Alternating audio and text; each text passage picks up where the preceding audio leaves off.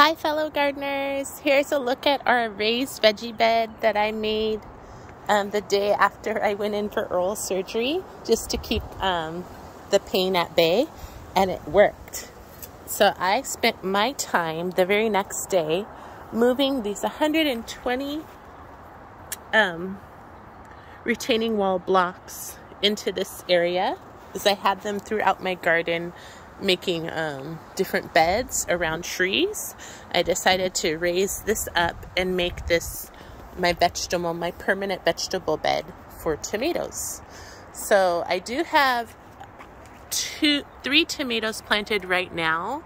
There's this one, which is called the Sun Gold heirloom variety, which are full-size tomatoes. I also have another variety, which is a cherry tomato, and these have been waiting to be planted in the ground for a few weeks now, almost 2.5 weeks. So they did get pretty leggy. I buried them down about 6 inches. I took off some of the branching so that I could bury them down deeper, and the further you bury your tomato plant, the more roots you'll get along the stem. You can plant them sideways or straight up and down, risking that it doesn't get any disease. As long as you take off the branching, it won't get disease. So no leaves can touch the soil is the main thing that you want to avoid. And you can go ahead and bury it as deep as you like. Here is another one. This is the Better Boy tomato. And then we have this big beef tomato, as well as a hostaberry bush here. I'm not quite sure how big that will get, but we're gonna see. And leeks that I transplanted from this area. I just took out the whole entire, about 1 foot deep and 1 foot wide clay shovel deep, and it all stuck together, so I was able to keep it all intact because the soil was still dry. Once you wet the soil, it's more difficult to transplant vegetables. Most vegetables don't do well being transplanted. As for these garlics that I'm gonna have to leave here from last year until November, those would not transplant very well is what I'm told. So I don't want to risk those, but I went ahead and risked this leek, 3 of them actually. The other 2 younger ones are a little bit wilting from the sun. I did have an umbrella on them, but this one is completely fine because it was fully intact. All the roots were in the clay, and I went ahead and watered it as soon as I put it in. I even left it outside overnight, outside the bed, forgetting to put it in right away until I filled the bed in with soil in the morning. Beforehand, I had filled about 1.5 feet of this soil. I mean, 1.5 feet of this raised bed.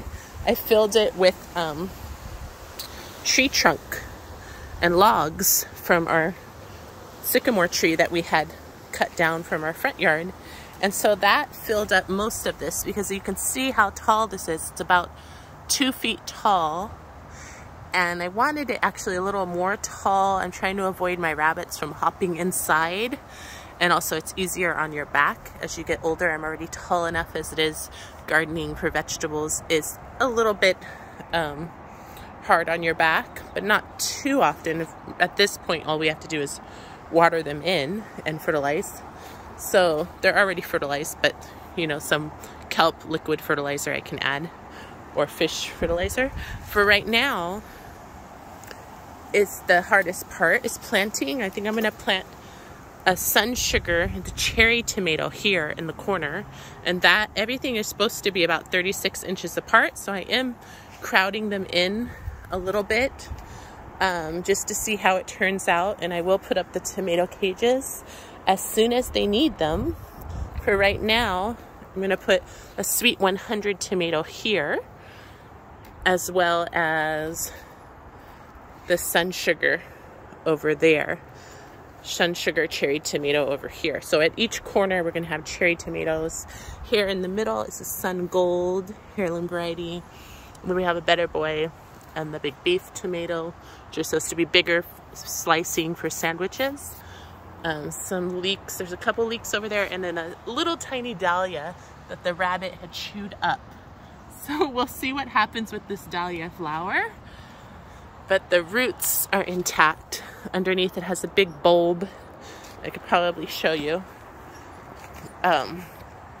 It's bulby flower, so it does well with this loose, see how loose this soil is? And I had mixed in, this soil also has other things mixed in it, raised bed kelp fertilizers and things like that, very mild fertilizers for getting things started. And this one, still the roots are intact, and see it has like tubers. So this is a dahlia, but we're gonna see how it does here instead of in the grow bag, because I had it in a grow bag and a rabbit chewed it up as well. Oh, one of them's a little bit rotting. Should probably just take that one off. But the rabbit chewed up all of the leaves and also sat on it, so that was not a great, smart place to put it. I have to do something about keeping these rabbits away from the garden. But here I'm going to go ahead and put it back so that it can thrive. Under these circumstances, there shouldn't be any rabbit coming near it. So we'll see how that goes. And I think I'm going to turn it a little that way, just because there'll be a tomato, cherry tomato, that's going to grow pretty large here and needs spacing of 36 inches. And this right here is about 3 feet, but then there's another one here, full-size tomatoes. So I have 3 full-size tomatoes, and then I want to plant 2 cherry tomatoes on the side that I'll do in just a minute. And I'm going to show you the raised bed mix that I used and I picked up from my local Ace hardware store. They have a little nursery section, and they had a sale on this week. It's on sale actually. So this is Saturday, so they should still have some. They got a whole pallet shipped in when I got there in the morning on, what was that, Wednesday morning?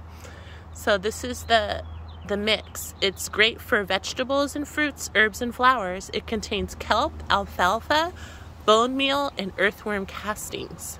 So this is a great deal at 1.5 cubic feet. I've used 3 bags. I have 1 more bag left. And it's from Whitney's Farms.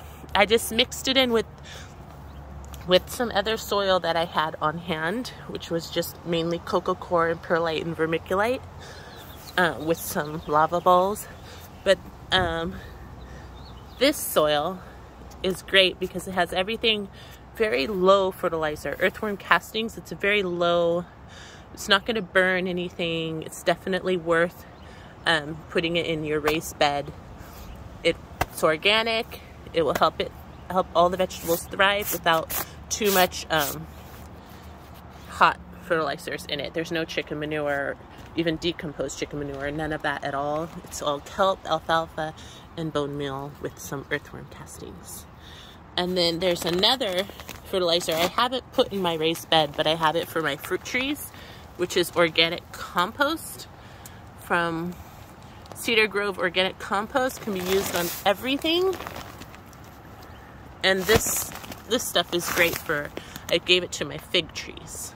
So I'll tell you more about that later. And it's from, diverts all the yard waste diverted from a landfill. So it has a lot of like compost.